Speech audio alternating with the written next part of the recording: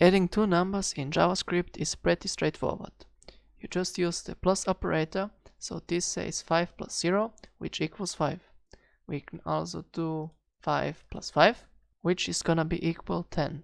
If you do a console log and put sum in here and click on run, we will see in the console the value of 10.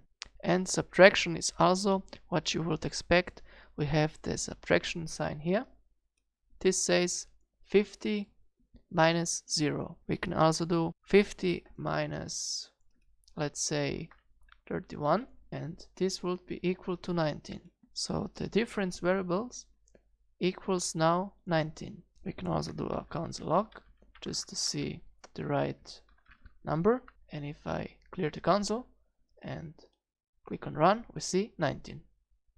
Multiplication in JavaScript uses this asterisk or star symbol or multiplication symbol, how you like to name it. So this says 10 times 0, which is 0. Or we can change this, for example, to 8, which will be 10 times 8, which is 80. So now the product variable equals 80. We can also do a quick console.log, and if I click on run, we see 80.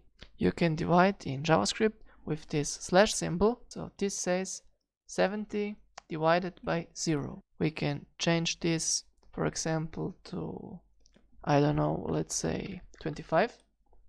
And if I now say console.log, we can see the result in the console. I click on run and we see 70 divided by 25 equals 2.8. So this was about basic mathematic operations in JavaScript, and I will see you in the next lecture.